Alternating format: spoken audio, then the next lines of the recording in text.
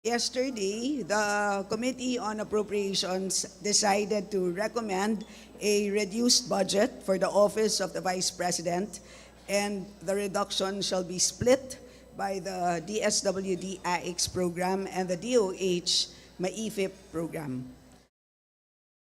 So ipapaliwanag ko lang po na ang desisyon na ito ay isang committee decision. Ang Committee on Appropriations has 139 members, and with respect to the budget cut of the OVP, ito po ay naging unanimous decision among the members.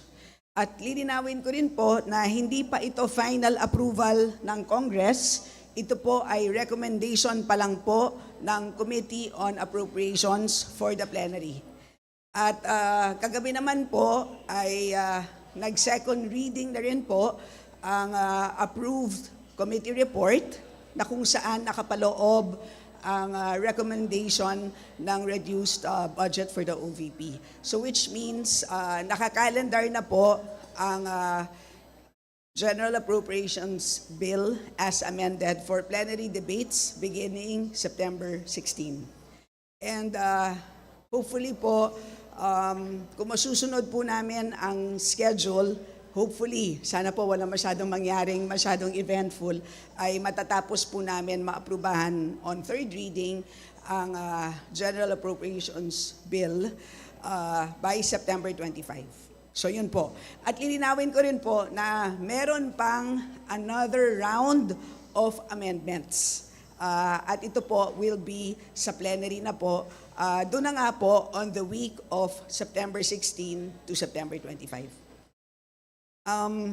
So, ang nangyari po is while the Office of the Vice President, the DBM, proposed or recommended a budget of 2.037 billion for the OVP, kami naman po, ang Committee on Appropriations yesterday recommended, to be exact, 733,198 million pesos, which means merong cut of 1.293159 billion pesos. At ang reduction na yan ay ililipat po sa dalawang ahensya, and as I had mentioned earlier, for two programs, the DSWD AIX program, which is the Assistance for Individuals in Crisis Situations, and the DOH MAIFIP, or the Medical Assistance for Indigent and Financially Incapacitated Patients. In other words, dalawa pong very important social protection programs ng ating gobyerno. So, ang specific items po na pinanggalingan nitong total cut of 1.293 billion pesos ay as follows: financial assistance, professional services, utility expenses, supplies and materials, as well as lease expenses. And ang dahilan po kung bakit ang items na ito ang naapektuhan, lahat po ay nanggaling po sa lahat po ng narinig po natin doon po sa dalawang hearings na naganap in the last weeks. So, mamaya po kung meron kayong katanungan on the details, I can provide those to you. So,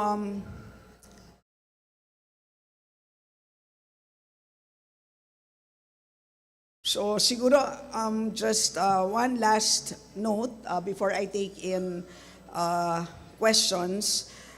So again, we have one more round of amendments. Lilinawin ko, hindi pa ito final approval ng Congress. Meron pa tayong plenary debates. And pagkatapos po mapadala ang House version of GAB to the Senate, magkakaroon siyempre ng Senate deliberations. After ma-approve ang Senate version, meron pang bicameral meeting. After that, magkakaroon pa po ng ratification, meaning babalik pa po yan to both Congress and the Senate.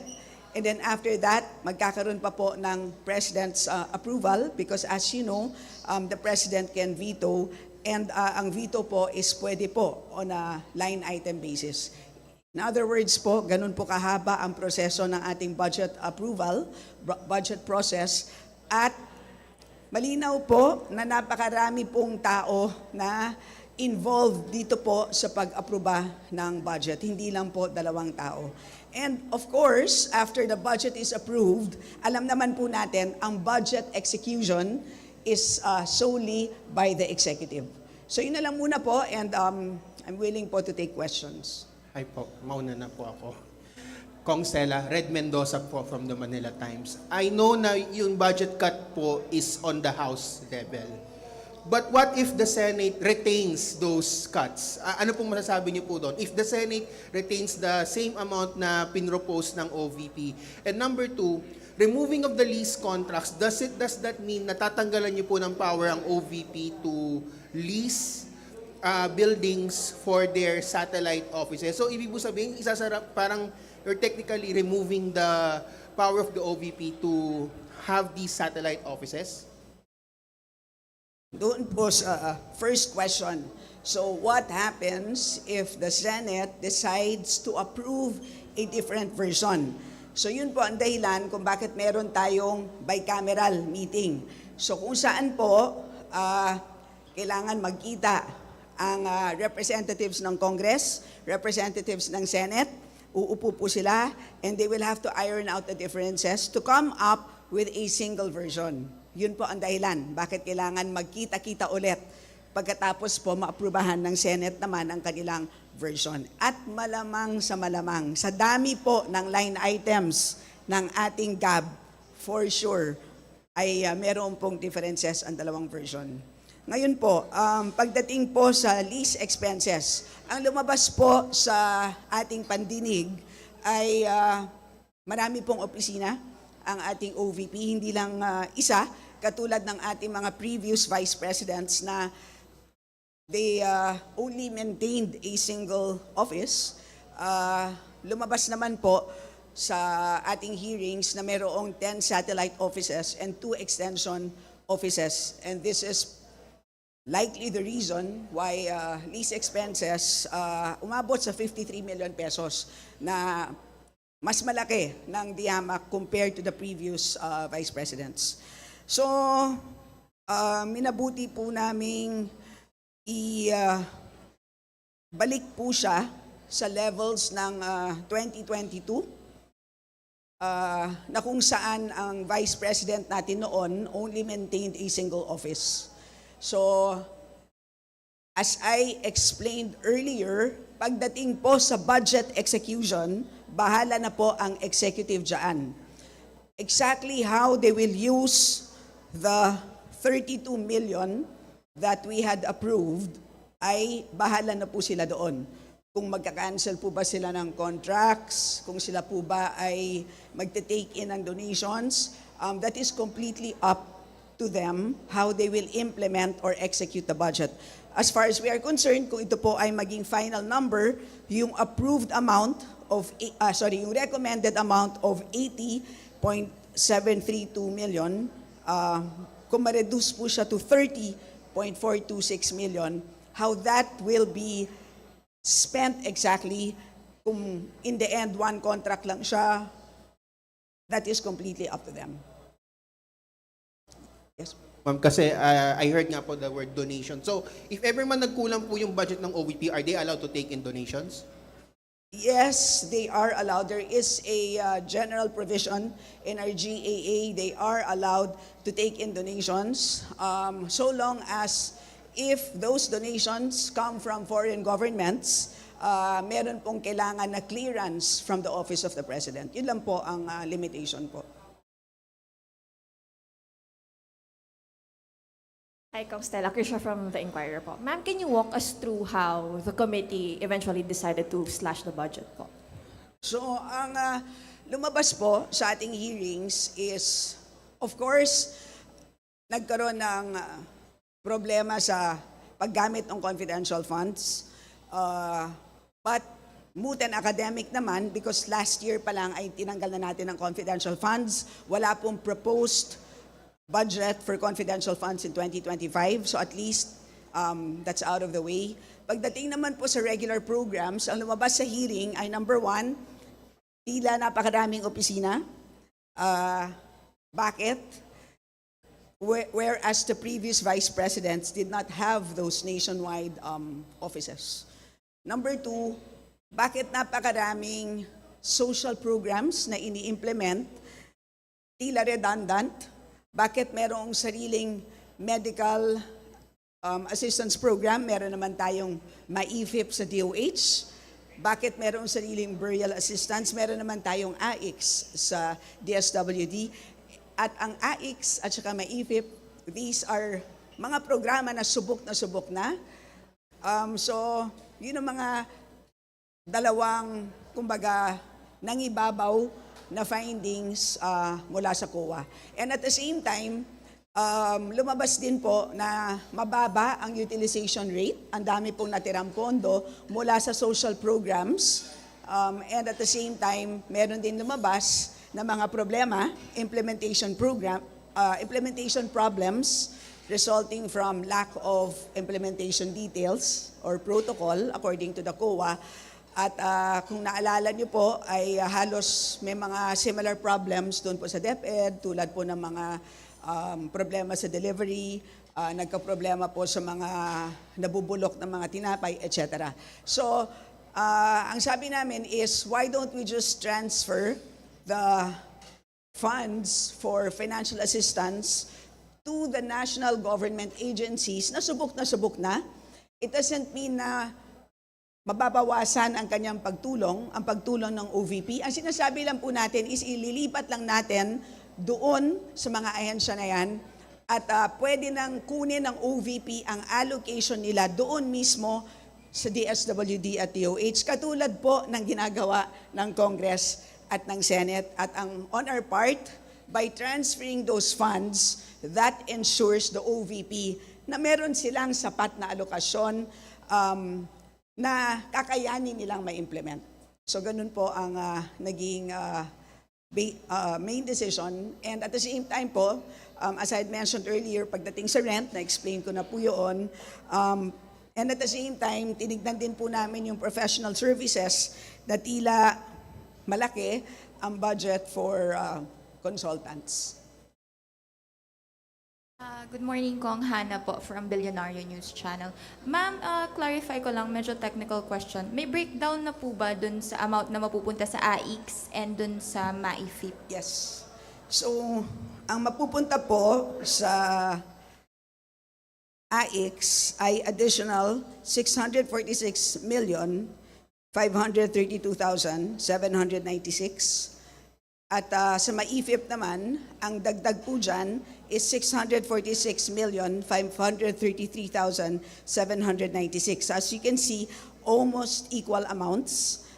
And at the same time, I would like to note that this would include yung professional services. So yung professional services na tinanggal po natin sa OVP ay inilipat po natin dito po sa DSWD at sa DOH. In other words, kung meron mga job order or consultants na tumutulong po sa ating Vice President to implement her social programs, ang sabi po namin, we will put that allocation for those people doon po sa mga ahensya. In other words, ang naging very important principle is wala po tayong job. We will preserve jobs. Yun ang naging napaka-importanting pinag-isipan po. Okay po, thank you po.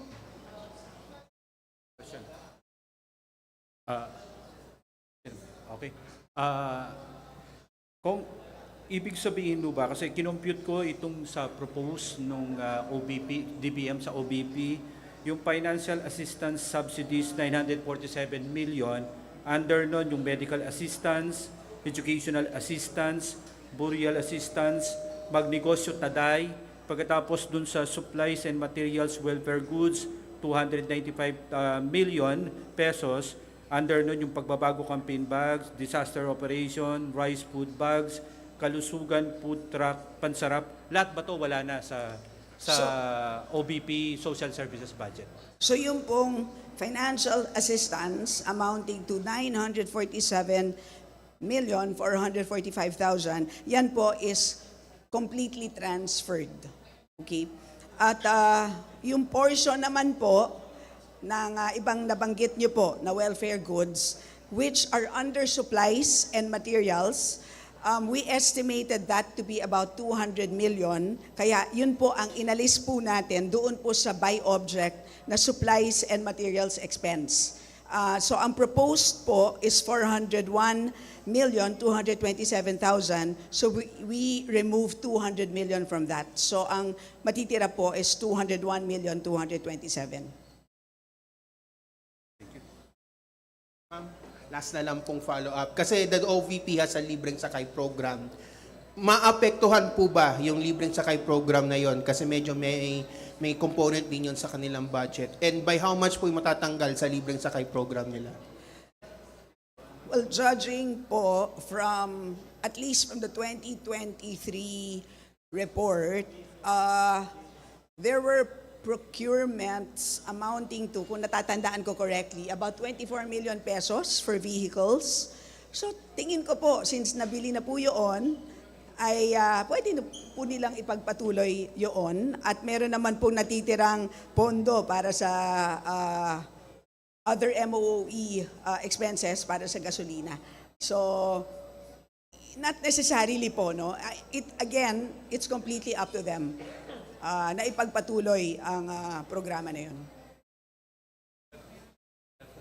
Good morning po, Kong Rose po sa UNTV. As the Senior Vice Chairperson of the Appropriations Committee, can you address the beneficiaries of the social service programs of the Office of the Vice President that will be affected by the pending budget cuts, considering the Vice President Duterte's statements na there were reports na napupolitika po yung social services program of DSWD? Sa mga benepisyaryo po ng ating OVP, huwag po kayong mag-alala. Dahil ang pondo po natin para sa Social Services Program ay intact po at nilagay po natin sa DSWD at DOH ang mga under specific programs, AIX and MAIFIP, na sa totoo lang po, subok na po in terms of service delivery. Yung pong sinasabing GL, yung guarantee letter na ini-issue ng DOH, yun po yung MAIFIP.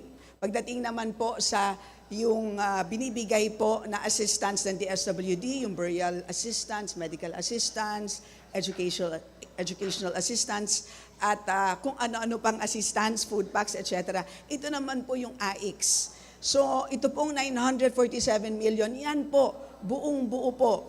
Plus more, kasi including yung budget po para sa pagang ma-deliver ng maayos ang serbisyo sa inyo. Yan din po ay nilipat natin sa mga tamang ahensya. Congresswoman Earl po from IBC News 13. Ipag-isahin ko na lang po. When we say, Congresswoman, na unanimous yung naging decision ng Committee on Appropriations, lahat po ba ng members ay doon sa meeting ay nag-yes ng vote? And then, would it be better if personally a-attend si VP Sara sa plenary debates?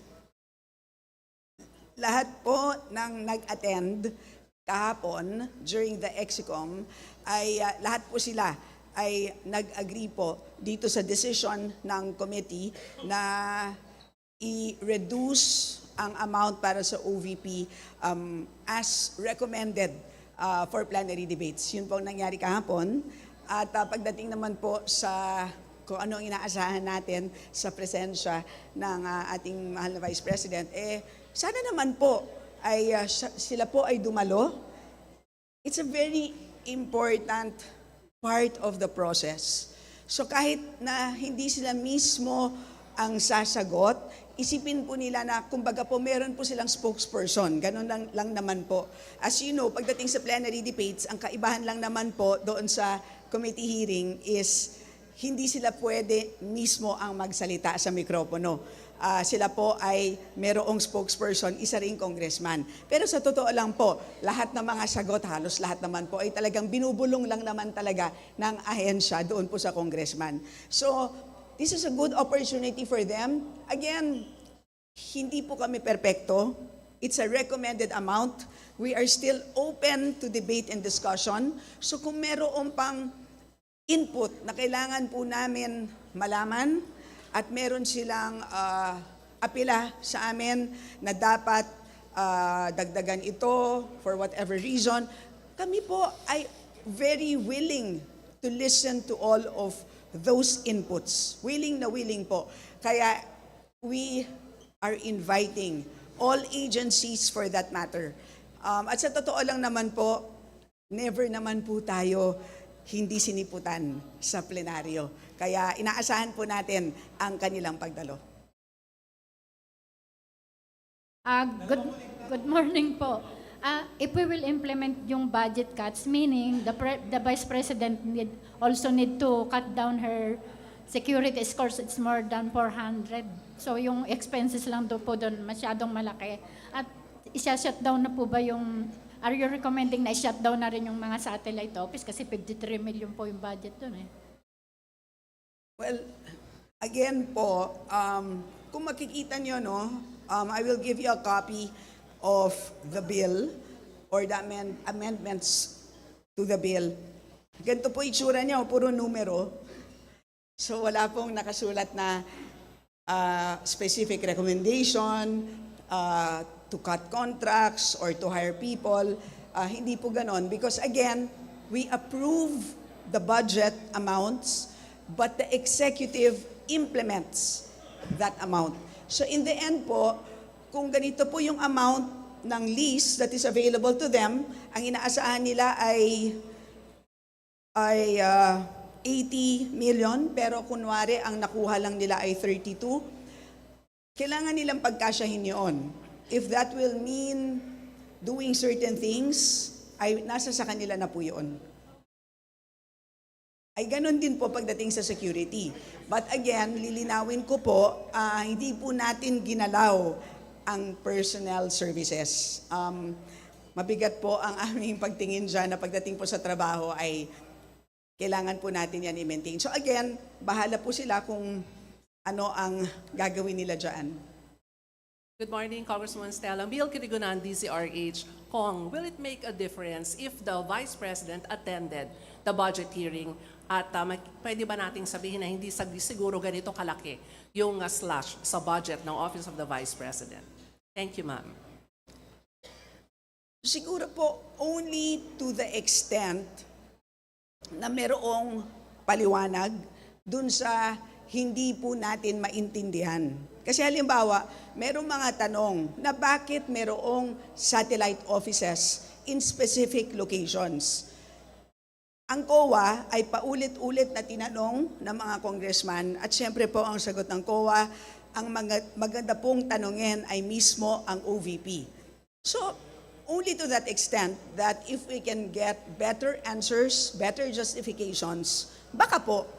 Pero kung hindi naman po magbabago or hindi naman po magbibigay ng dagdag na input, palagay ko ito na rin po ang kauuwian ng desisyon ng ating komite.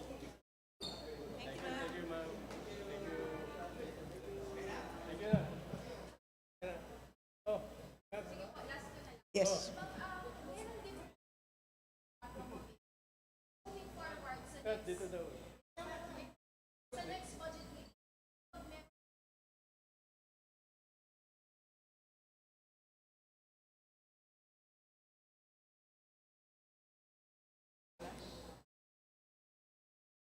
For the moving